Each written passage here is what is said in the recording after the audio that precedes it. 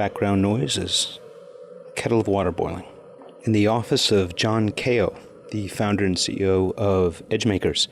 It's an eclectic place. It's got a grand piano. There's a popcorn machine. He's got an assortment of different technologies and recording equipment. There's pictures scattered around of John with Bill Clinton and boxes labeled Harvard. John's here today, looking to make himself a cup of tea, and then we're going to get started and talk about a few things ranging from innovation to Asia. You ready? Okay. This is Steve Stein, and this is Inside Asia, conversations with Asia's leading movers, shakers, thinkers, and provocateurs. It's the Innovate episode, and my guest, as you've already heard, is John Kao. I've known John for years. Dubbed Mr. Creativity by The Economist, John sometimes calls himself an innovation activist. He's been on faculty at the Harvard Business School and MIT, authored several books, and even advised a number of countries on the subject of how to speed up innovation. He also plays the piano. There's a lot of people play the piano, of course, but John is serious about it. So serious, there's a Steinway and Sons piano in the center of his office, if you can call it an office.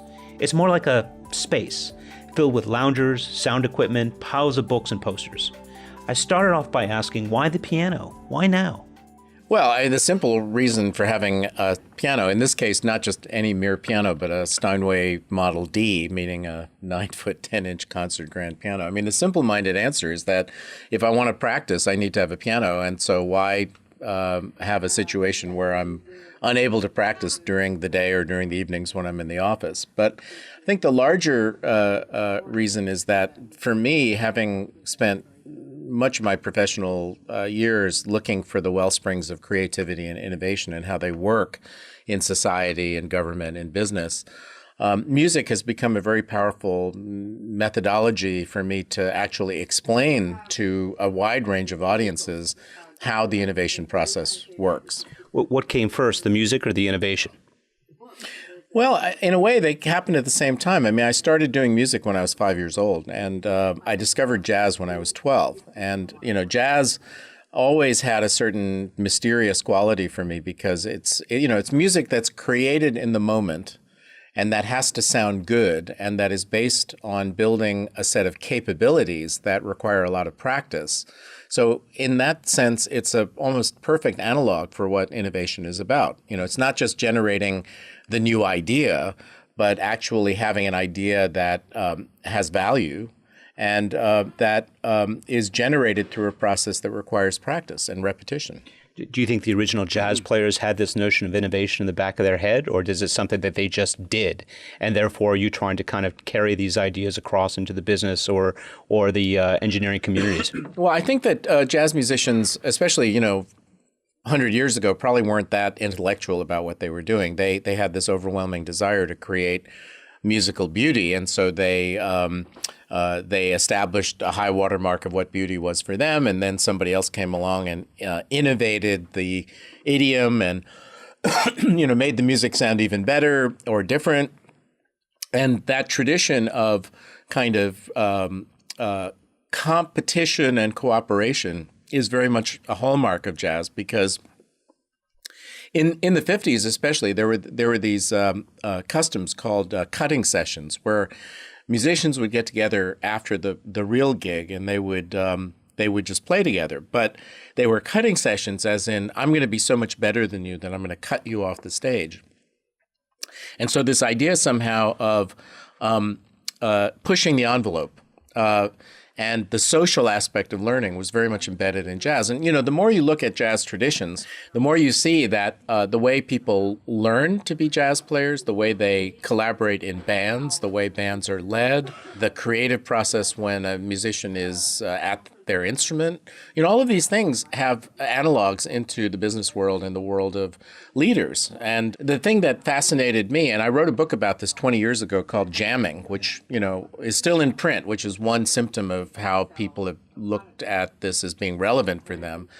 But, the whole idea was, what can leaders learn from jazz musicians? What can we all learn from jazz musicians? Because in a sense, we're in an era of history which you could call the age of innovation, because the only thing that really countries and companies have is the ability to innovate more rapidly and more effectively than their competitors, or to become eminent through innovation.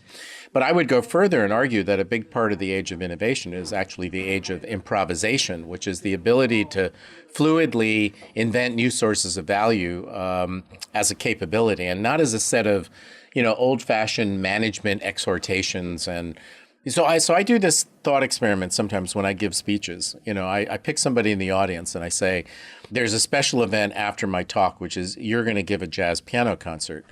And we're going to do all the things that a good manager does. We're going to clap. We're going to encourage you. We're going to make you believe you can succeed. We're going to show you in the corporate value statement where creativity and innovation are core values. We'll have a great piano.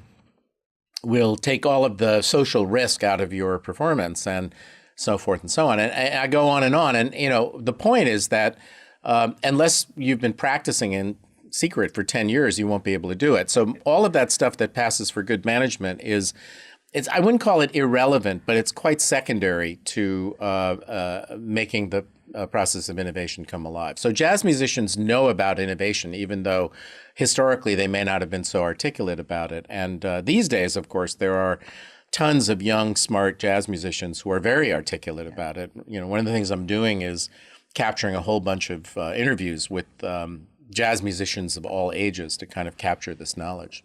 So there's also the aspect of discipline.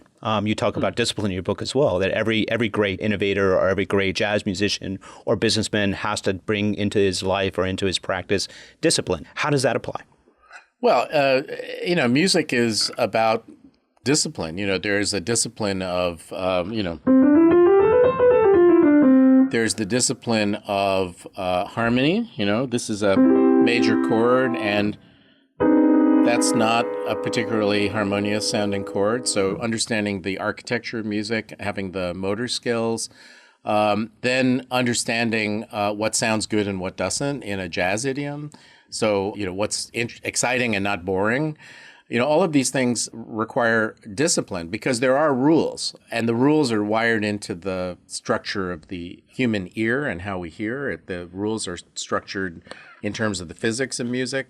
And, as Miles Davis said, you have to learn the rules in order to break them. Right. Which is, by the way, what entrepreneurs do. Yeah. Entrepreneurs don't just do whatever they feel like doing. They, there's the discipline of, profitability and human relations and strategy and all that kind of stuff. But they have to know the rules, and then they break them. So take us through this. So when you take this out and you speak with corporate leaders and you walk them through jazz and you play the piano, give me a little riff on how you would do this. How would you kind of then examine and explain the music and then apply it to business or the need to innovate? Well, first of all, I make a contrast between playing a tune as if you're reading off of the notes of the sheet music and then improvising. So, if you have a tune like All the Things You Are, and this is the sheet music version.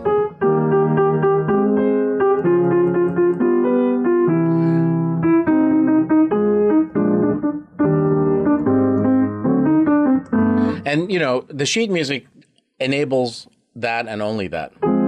And you could play it with different phrasing. But the net effect is it quickly becomes quite boring. So the challenge of a jazz musician is to kind of, and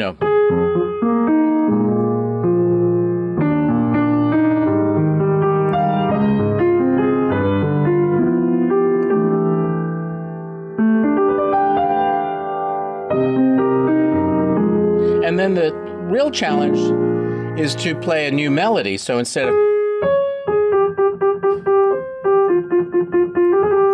to play a new melody.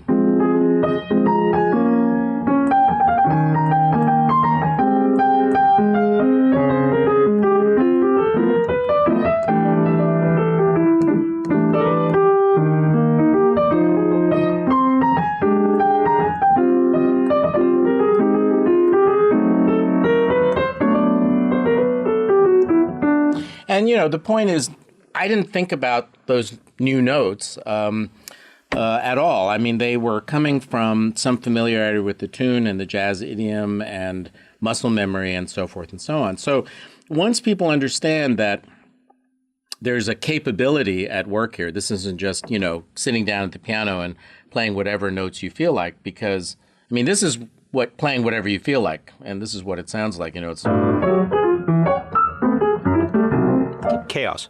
Yeah, it's random. Right. It doesn't conform to a language, right? So part of the jazz musician's job is to create a story that is perceived as being aesthetic and beautiful and justifies buying a ticket or a CD or going to a concert. So now apply it. In the world of business, in the world of entrepreneurship, these are the aspects. This is the framework. These are frameworks. And then when you speak to others and try to instill in them ideas of innovation, development, design, because I know you've been across a lot of these areas, how then do you transcribe what you're talking about with the piano into business language? Well, look, I don't want to reduce my kind of work in innovation just to the jazz example. The jazz example is useful for several reasons. One is it demonstrates that innovation is a capability and not a set of wishes. Secondly, if I were to set up a situation where, for example, there was another jazz musician who I deliberately didn't meet until the moment of going out on stage, and then we played a tune together, I could demonstrate the high level of collaboration that results, which is a function of empathy, listening, reading nonverbal cues, but most importantly, having a collaborative ability to create in the moment. And that is inherent. That's part of why we think of jazz as being exciting and interesting, is because people go out on the high wire and they perform these magical feats of creating new notes that sound good. The other thing that becomes very important is what the Zen Buddhists call beginner's mind. So I said earlier that I wasn't thinking about anything when I was improvising, and I really mean that. I think that to improvise fluidly is to be able to keep the voice of judgment outside or suspend judgment in the interests of exploration, which most people and most organizations have a very hard time doing because there's a legacy overhang of the way things are supposed to be done. I know for me that the music always sounds better the less I'm thinking about it, or the less I'm kind of tuned into the context and I'm paying attention to who's in the audience or what the stakes are for that particular event. And then another point, and there are many points, but these are some of the key ones, is that jazz is about a negotiation between contradictions. So in the case of what I just demonstrated, you have the song,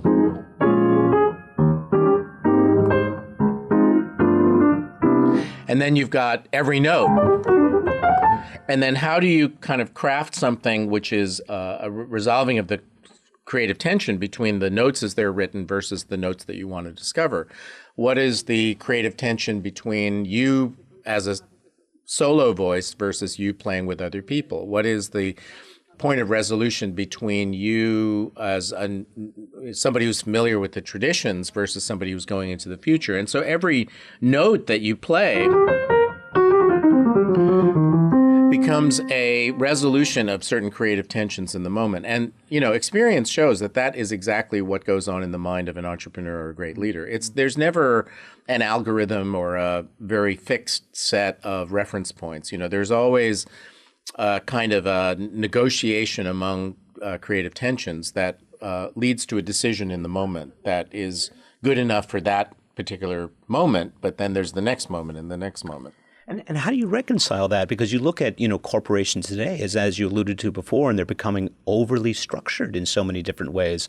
There are examples of where they might have skunk work operations within their group, but they're typically isolated. Mm-hmm. And you don't get that kind of, at least in the work that I've done with executives, you don't get that flow through, that willingness to release, let go of the structure and allow the creativity to come through in that Zen moment and thinking about it. None of that exists. At least I don't see that in your traditional organizations, maybe in Silicon Valley firms. But how do you can kind of impose or bring these ideas and then see them executed within corporations? Are there any examples of where you've kind of lectured or worked with organizations and they've then deployed in keeping with this idea of bringing, entrepreneurship and innovation, as just it displayed through jazz into their organization?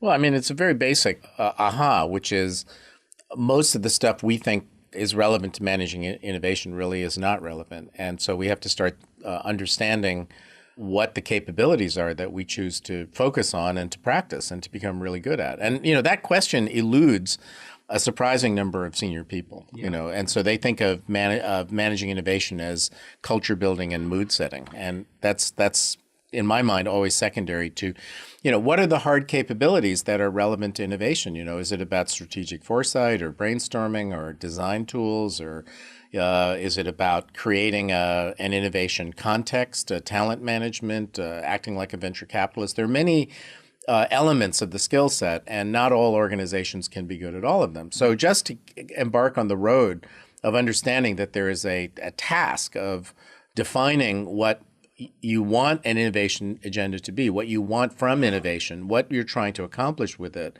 and then how you're building that agenda is quite valuable, I think, for a lot of people. Then, this idea of fluidity, in some respects you want, again, there's always this tension between the exploring side of an enterprise and the operational side. And you don't want them to contaminate each other. So that's another creative tension, So you mentioned skunkworks. Skunkworks can be, it's just a word, but it can be a highly effective or highly ineffective process. But the idea being, in my mind, that every organization is a blend. It's a hybrid of the today organization and the tomorrow organization. It's almost back to the old hypertext software tool that Apple put out, where you see a phenomenon in a layered way. So you have the need for operational excellence and inefficient and wild discovery,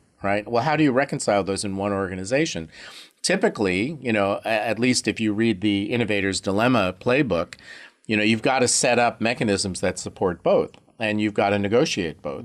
I did some advisory work for American Express way back when Lou Gerstner was running the travel part of American Express. And he said something once to me that I've never forgotten, which is, he said, in my organization, there's more money coming in and out on a daily basis than in many countries. So, and this is a direct quote, I don't want to hear a lot of laughing out of the accounting department. But on the other hand, if we're not disrupting the existing models of credit cards and travel and so on, and discovering new approaches, then we're going to go out of business. So, and this is the key point. He said, my job is to make sure that each side of that equation feels like it is the savior of the other. And so in that simple statement, is encapsulated a lot of wisdom about what jazz musicians have always known. Jazz musicians talk about finding the sweet spot. And it's not something that's given or that you can read off of a piece of sheet music.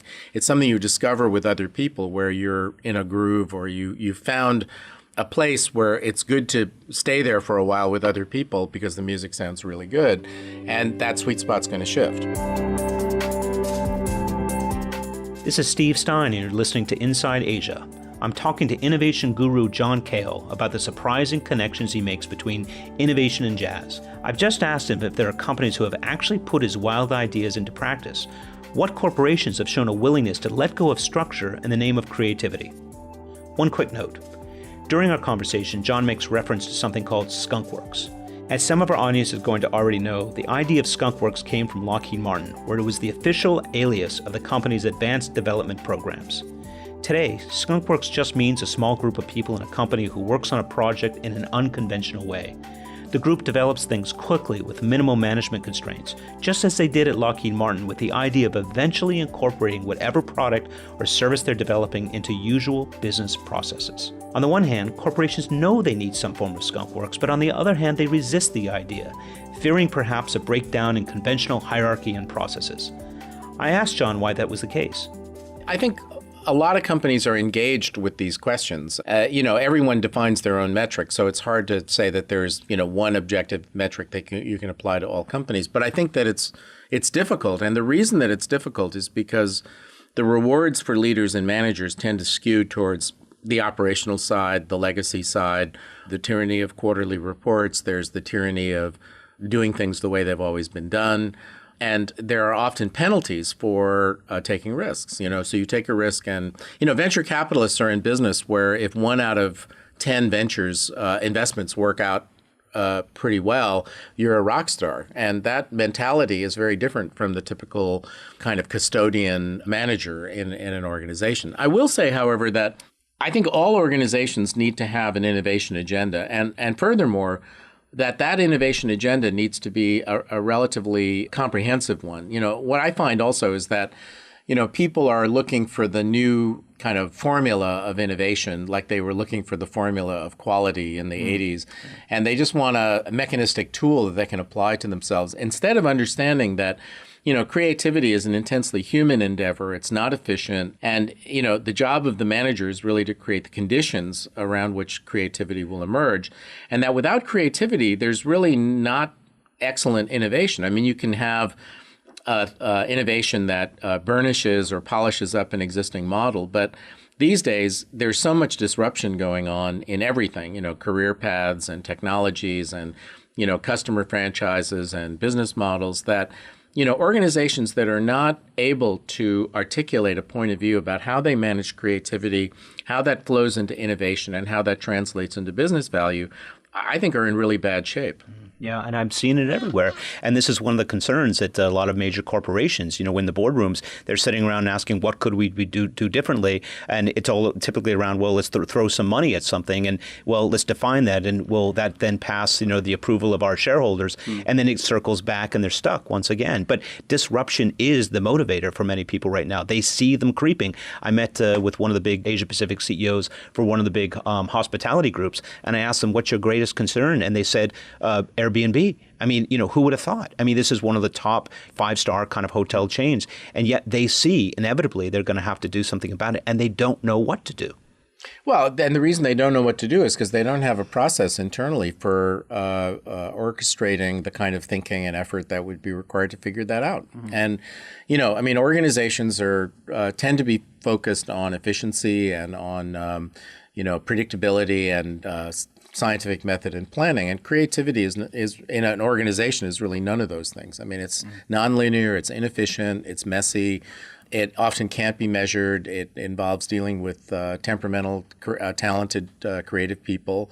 And most managers, it's out of their comfort zone, right? Which is, by the way, why a lot of organizations will innovate via M&A. They'll buy a company, but then often they don't know what to do with the company, so they'll destroy it in the course of acquiring it and trying to integrate it into their day-to-day. But, that's a very well-defined path in areas like the pharmaceutical business or others where, you don't have the horsepower to do the innovation internally. So you buy the capacity to do it and, have it be part of your kind of constellation.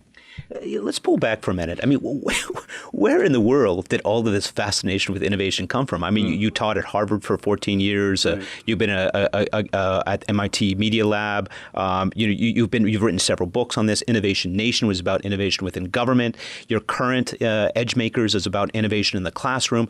What is this obsession with innovation, and why are you across this? And can you bring me back to the origins of this, or can you actually identify when this first kind of struck you as a theme that would kind of craft your life? Well, I'm pretty clear about the origin story these days. I'd better be since, given my sort of advanced age at this point. But I think part of it came about because my parents came to the U.S. in 1949 from China. And then I got born shortly thereafter and grew up in suburban Long Island, New York. And I was an only child. So basically, every day I had to go back and forth between two radically different kind of cultural environments.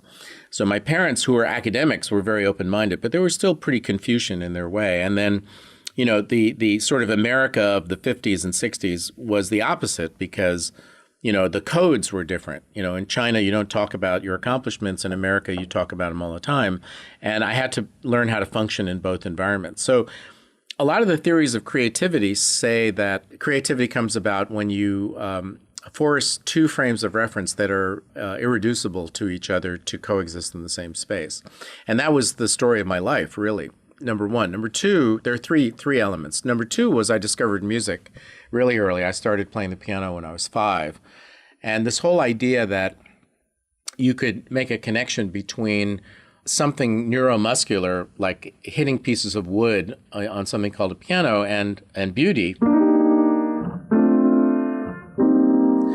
was quite a revelation. And then the third, interestingly enough, came about because of my early interest in science fiction. So when I was 10 or 11, I found this book, which was actually the original story for Star Trek before Gene Roddenberry. And it was about this big interstellar expedition, lots of different disciplines, lots of silence. Who wrote that? It's a book called The Voyage of the Space Beagle by A.E. Van Vogt. It was, The Space Beagle? Yeah, as in The Voyage of the Beagle, like the Darwin Beagle. Yeah. So there was one guy who came on board at the last minute from the Department of Nexialism. And unlike the specialists, he had a whole bunch of knowledge that was integrated into a framework that included knowledge of military science and psychology and influence techniques, communication theory, anthropology, business models, and engineering, right? Just to sum up a few. And I thought when I read that book that would be a great career for me. And then I realized that career path didn't exist because it was fictitious. But if you look at the steps along the way for me, technology and behavioral science and all of these different disciplines that I've kind of put together in my nonlinear career, it's almost startling how much it mirrors that original DNA. So what has interested me always is the how of creativity. It doesn't really matter whether it's in the Hollywood, which I produced a couple of feature films, or Silicon Valley, I started companies there, or Broadway, I produced, some Broadway theater, or, how it works in scientific laboratories with biotech companies and things like that. It's all part of the same phenomenon of how do certain people at a certain moment in time in a certain organizational setting come up with great ideas that they develop effectively that lead to disproportionate amounts of value. And there's been an inadequate amount of attention that's been paid to the how. People are really interested in getting it, so that, it's give me more of that. There's a focus on the what, so great stories of entrepreneurs or whatever, but not so much on the how. And I had a very kind of eclectic background, which included some really deep experiences in clinical psychology and psychiatry and behavioral science. And I always was fascinated by the human dramas that led to the expression of incredible ideas. And that was not in vogue, and still is not so much in vogue in management science, which tends to look at people as interchangeable widgets in the corporate factory. Right. But that's precisely the problem, right? You're not going to get creativity if that's your approach to human resources. I think millennials are recognizing this, right? There's a departure from the normal career track and a desire to maybe do 17, 20 things in a lifetime and keep learning, lifetime learners. Mm-hmm. I think in some ways maybe that's just we've tapped out on, how much of a cog can you be, and now it's time to go back and be something else. But you've seemed to live this, and you're getting, your listeners are getting the feel. You've done so many things. You even have a medical degree, right? You're constantly exploring and experimenting in the whole bit. It's almost a message to everybody else. Like if you want to kind of live a full and wonderful and exciting life, you're going to have to surrender something. And maybe it's diving deep on every single subject, or maybe it's just doing it as you do. You're so disciplined and committed to so many different things you've done. But I think, I'm worried about when I see the state of corporations and I see the limitations placed on people and kind of you're put in a box and asked to do that job. And if you don't do it exactly right, out you go. And I do believe that we're starved for this type of creativity, and it's limiting. And I think of this in the context of the United States. You've written in Innovation Nation, you're worried about, the diminishing of government innovation or government R&D and its impact on us from a competitive perspective vis-a-vis other markets. Could you tell us a little bit about that and also discuss, your perceptions on Asia and China specifically and their rise in the world right now? Yeah, so America, in a way, had, I won't call it a free ride, but it had a lot of natural advantages for being an innovation nation. For one thing, post-World War II, we were really the only game in town because the rest of the world was damaged and we were not. We had great universities. We had a really dynamic economy. And so talent flocked to the U.S. We had government funding for all kinds of mostly technology-related initiatives, but also education and things of this kind. And so for a long time, the roots of innovation were adequately watered. And the reason I wrote Innovation Nation was because I felt that America as a country could no longer really assume that the past was prologue, because if you look at high school dropout rates, you look at the funding of science, the divorce of the arts from public education because of funding issues, many, and the fact that innovation and entrepreneurship are becoming global, so it's no longer a Silicon Valley monopoly. It's, you can start companies anywhere. I wanted to make sure that in America, at the senior policy levels, people had an understanding of what the root ingredients of the innovation at societal scale were and how to make sure that they wouldn't inadvertently cut them off. Because, an innovation society is hard to generate. You have countries like Singapore that have been very intentional about trying to build an innovation society and engineer it. And in a way, they've been very successful. But, Singapore is obviously a different kind of country because it's much smaller. Scale is an issue. But, the thing that America has, which is hopefully going to be a uniquely differentiating element for the duration, which is why people want to come here and continue to want to come here, is that we have a culture that forgives noble failure and tolerates wacky ideas. And there is no other country in the world that really has that. I mean, in Finland, which is a very innovation-driven country, and I know this well because I advise the Finnish government on their national innovation strategy. If you go bankrupt, that is a real stain on your record. Whereas in Silicon Valley, people say if you haven't gone bankrupt at least a couple of times, you're not trying hard enough. It's a very different kind of attitude. The thing that's going on right now is, innovation in some respects is becoming the new black for countries. And there's probably upwards of 40 or 50 countries that have national innovation strategies and agendas and chief innovation officers and so on. It's an interesting time because the approach to grounding or rooting an innovation agenda varies tremendously from country to country.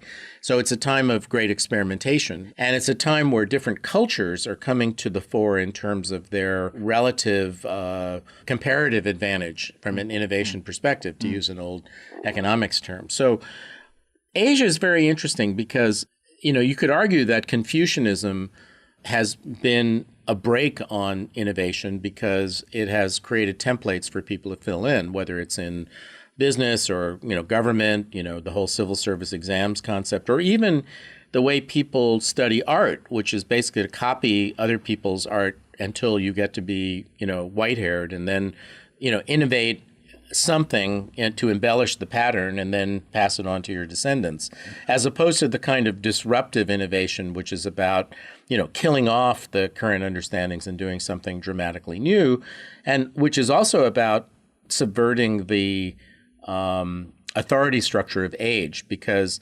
today, young people often know a lot more than older people about technology and entrepreneurship and business models. Academic knowledge may not be as valuable as it once was for being a great entrepreneur. So just being a professor is no guarantee that you're worthy of veneration. So there are a number of obstacles. I wrote about this back in the 80s. I wrote a Harvard Business Review article on the World Wide Web of Chinese business, which looked at the kind of canonical Chinese entrepreneurial mindset, which was, focus on risk mitigation, hire your relatives because they're the ones you trust, and have your bags packed at all times. And, there's still, you see this now. I mean, there's capital outflows from China. People are still making bad HR decisions in terms of hiring less competent relatives as opposed to highly competent professional managers. And there's a lot of Me Too stuff, right? So, supposedly there were over 1 million high-tech startups in China last year. 1 million? That's what I've been told. But I'm sure a lot of them were Me Too's or, maybe, not as we understand them in Silicon Valley. However, the thing that's interesting about China is that it has made a significant commitment to innovation. So I was there in December, and, it seemed like every university and government agency was setting up an innovation policy think tank or institute or, program of one kind or another. So it was a very good time in a sense for me to go there. And, the Chinese approach to innovation is going to be different from the American approach. It's going to have its own cultural characteristics. But also the other thing that is going to be, in a sense, a real benefit is the law of large numbers. So if let's say that one out of 1,000 ventures, 1 out of 1,000 in China is really, a worthy venture. I mean, that's not a very polite percentage, but let's say it's 1 out of 1,000. That means there are 1,000 rock star ventures that were started there last year. And there's lots of money there. And there's lots of social mobility and fluidity and an increasing acceptance of the idea that, you don't have to have a branded education or do things in a standard way.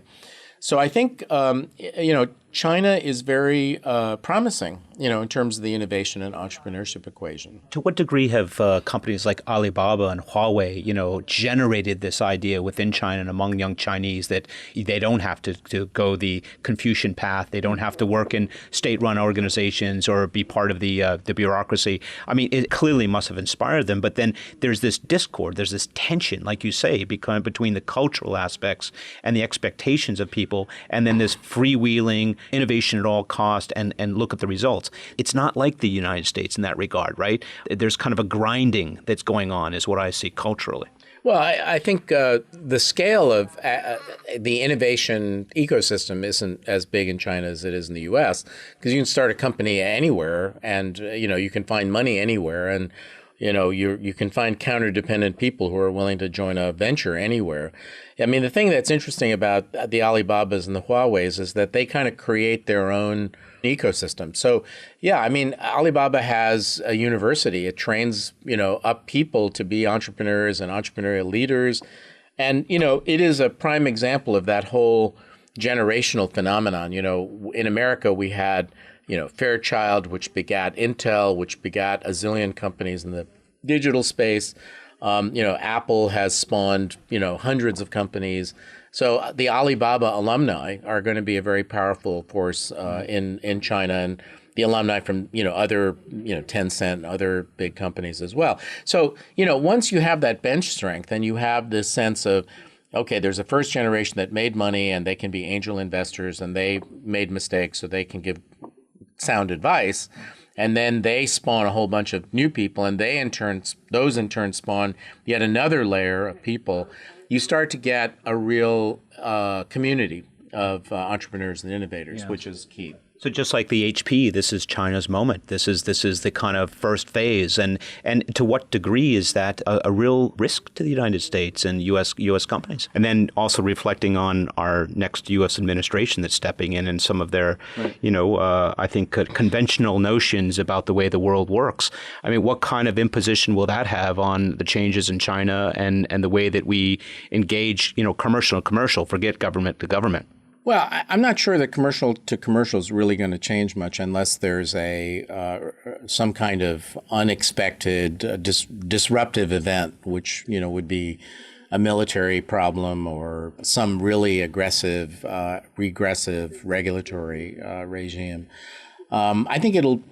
For the foreseeable future, I sense that it's likely to be business as usual. But I think that there's a big atmosphere of uncertainty right now that. Nobody likes uncertainty. We like to have, a clear operating environment that, where we know where the goalposts are. But I think, the silver lining here is that, uncertainty causes us to question all of our assumptions. And, right now we're in a period of questioning a lot of assumptions about geopolitics and alliances and national business models. And, anytime a lot of people think about that stuff, hopefully, there's a constructive side to that as well. Mm. In terms of the non-zero sum nature of innovation, I think, a creative Germany or China or Brazil is, net good for America. It's not a disadvantage. All right. Yeah. Let's come up to date. You are the founder and CEO of an organization called EdgeMakers. Mm-hmm. Can you tell us a little bit about the business, what the objective is, and your thoughts about introducing innovation into the classroom, K-12? Sure. So EdgeMakers is a learning system to help primarily young people, but not just young people, learn the deep capacities and skills of innovation. So, in this era of loose talk about how important innovation is, I like to say if you want innovation, you have to have people who know how to do it. And if you want people who know how to do it, you have to help them learn how to do it. And up until now, there's really been no learning regime for innovation. So, what I've done is to harvest my sort of eclectic teaching and life experience into Edge Makers, which is focused on high school, college, young professional, and increasingly into the continuing education area, which, I did a lot of work in already as the guy who founded the Harvard Business School Executive Program on Innovation and the MBA program on innovation.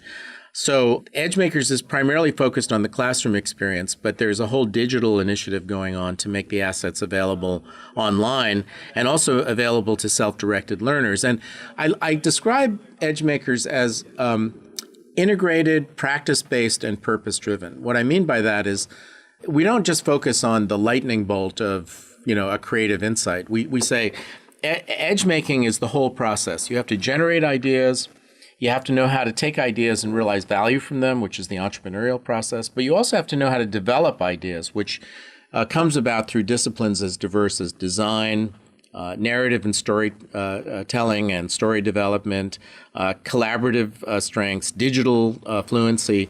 And we've put this all together into a very coherent package that can be consumed by teenagers or by senior executives. And is it based on the idea that these skill sets simply are non-existent in your traditional public school classroom or any classroom today? And are you suggesting that unless and until, because of this dearth, there needs to be some kind of toolkit that's deployed in order to support young people and even post-high school kids in developing these skill sets? Yeah, I think that my vision for EdgeMakers is that we would be empowering an entire generation of young people to learn these skills so they can make a difference ahead of schedule, and that it should be something that is embedded into every education regime. I mean, you think about what a citizen needs to be able to do now in the 21st century. They need to be able to grasp complex issues and make change and be able to tell truth from falsehood on the internet, which is a big deal these days, and interact with people very different from them. All of these skills are really edge-making skills, but they're kind of inherent, I believe, in what it takes to be successful both professionally and personally in the world as it is today. So is the education system failing us? Is this an indictment, or are you simply saying, it's just this is a private sector initiative to try to deploy, supplementary tools in order to help the system? Well, we don't want to be adversaries to public education, and in fact, our focus is primarily on educational institutions in this phase of developing the company. So, yeah, I mean, we look at ourselves as being, kind of vitamin pills for, the ingredients that don't exist. But, we also say very clearly that our belief is these skills are not being taught except by accident. If you're managing the soccer team or you have some other kind of lived experience that teaches you some of these skills, well, great, but it's not baked into the curriculum. And these are not academic disciplines where you sit in a room and hear a lecture and take a test and then you know how to do it. It would be as if you said, back to the music, you're going to play, you're going to hear a lecture on a piano playing, and then you're going to see a PowerPoint presentation of different pianos, and then you're going to know how to play the piano. You have to sit down at the piano and play the piano. Experiential then. Right. Practice-based. Yeah. And then purpose-driven is because, this Gen Z that we're very enamored by is very much aware that the world is a mess and they want to do something about it. And that's the ahead of schedule piece. So we weave issues of sustainability and conflict resolution into our curriculum because we want to build a constructive sense of activism among young people. But I want to make the point that while our hearts are with the enablement of young people, EdgeMakers is really a learning system and set of tools that's relevant for executives, government officials, young professionals early in their career, and then people in education as well. But that's the full roadmap. This really is a rolling up of your life's work in many ways, isn't it, right? Yeah, this is life's work. I mean, it's I get to, as you say, roll up a lot of different pieces and reflect them in the curriculum. And also, I'm at the stage in my career where I want to kind of focus on what it is that I can codify that's kind of the leave behind. Yeah. John, excellent. Thank you so much. It's been great spending time with you. Great pleasure. Thanks.